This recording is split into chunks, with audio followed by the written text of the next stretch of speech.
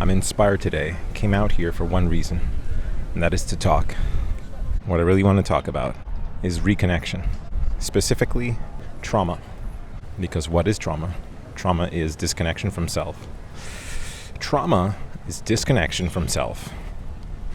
And many of us walk around suffering the effects of trauma for a long time. And until we heal, until we become aware of it, a good way of saying it is, you can't fix a problem unless you're aware of it. You can't fix something you're not aware of. What is my YouTube channel about? My YouTube channel is dedicated to one thing: healing, specifically trauma. Trauma can eat your life. It can really consume you and you don't even know. And it can take a long time. At this time, I'm 46 years old. And yeah, it has taken me into my 40s to raise my level of awareness to the point where it's like, okay, I can see how things happened in the past when I was a child that caused me to make a wall, that wall myself off from life. And just, I've been existing, surviving.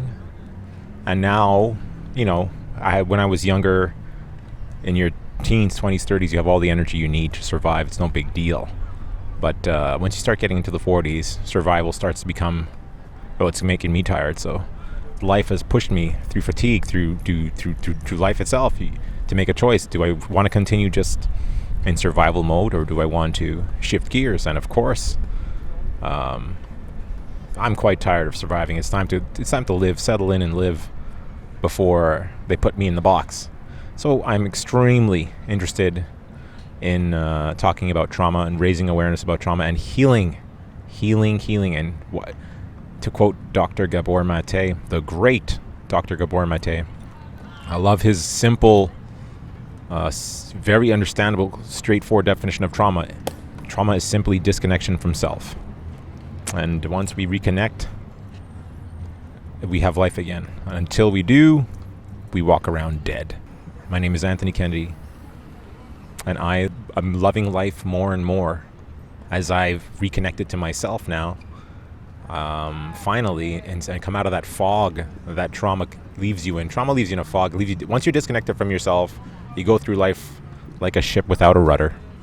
And that's basically what I did. Just kind of, survived.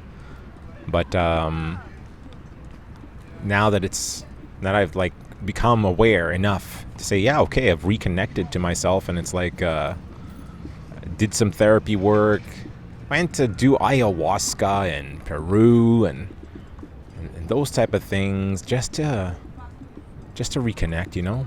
The point is, reconnect with yourself. We live in a culture that stress is more and more. It's about fast pace, and for me, COVID has been a gift. This time I've had the time to thank God for COVID, for the time to meditate and slow down and reconnect. And that's what COVID has been for me. It's been a time of reconnection, and it's helped me focus what I want. I spend the rest of my, at 46, I'm not 26 anymore. I don't have the same time and energy like I did before, and it's just, what do I want to focus on for the rest of my days before I leave this planet? And what I've discovered is that the most important thing, as cheesy as it may sound, is loving yourself, respecting yourself. And there's nothing more important in life than exactly that. If you don't have that to start with, you're building on a foundation that's just shifting sand, as they say, and nothing's going to last. And that's been the story of my life. I've, gone from this to that, to this to that. Because I've never had a solid base in myself, it's just been exactly like that, shifting sand. And so I'm very passionate, very interested in helping other people, raising awareness for people out there who are still in the fog and who haven't reconnected, who still don't respect themselves, who are still just going through life on that shifting sand and just drifting. I'm very interested in, those are my target people, because I know how painful and lonely and depressing and frustrating and just what a crappy, it's existing, it's not living. And I'm super interested in connecting. Those are my tribe. Those are my target clients, if you want to put it that way. Yeah, those are the people I'm looking out to connect with, because I know what exactly that feels like. And I also know that we can learn to heal. We can heal ourselves, and that's the only one that ever is going to heal us is ourselves. The best teachers can only point you to yourself. And that's what I'm about. That's what my soul is calling me to speak about this, to write about this, and raise awareness about it, because there's too many people in pain, feeling lost. They're not connected to their soul. They're not connected to their heart. And they're in pain. Self-soothing behaviors. We all have them. The more traumatized and injured emotionally, psychologically a person, the more you're going to find some type of self-soothing behaviors. And they take all forms, whatever you take your pick. For me, there was a lot of internet, shopping, dancing, smoking weed. Just love weed, but it's gotten to the point where I've become consciously aware that I have to let these things go.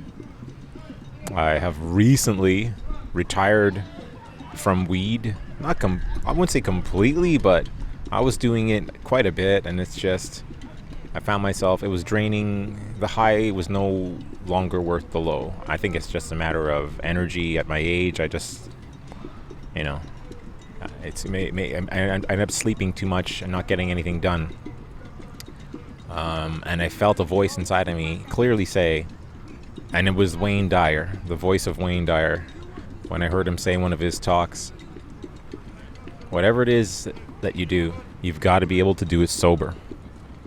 If you can't do it sober, you're not the real deal. You got to be able to raise your energy and be high on your own heart, on your own soul, on your own vibe. You got to be high on your own juice.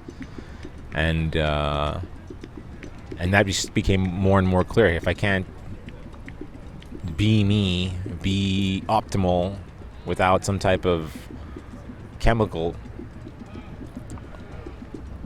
then it's a crutch, and it's time to let the crutches go. And I'm very interested in writing about that topic, and I've had a working title, Let the Pacifiers Go. And only then can we start to develop our own steam, make a stronger connection to our own creative energy.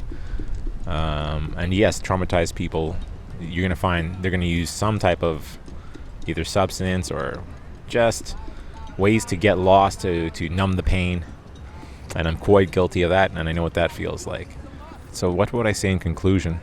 Again, I'm Anthony Kennedy, speaking to everyone who's willing to listen, but specifically to those who are feeling that feeling of being lost and disconnected in the fog, surviving, knowing that you can feel more alive, more connected. I'm here specifically for you guys. Reconnection is possible. Healing is possible. Letting go of the pacifiers is a good place to start. But it all comes down to loving and respecting yourself. And this is what I'm all about. In the end, it's all about loving and respecting yourself. And if you didn't get that when you were a child, it's time to give it to yourself now as an adult. Cheers.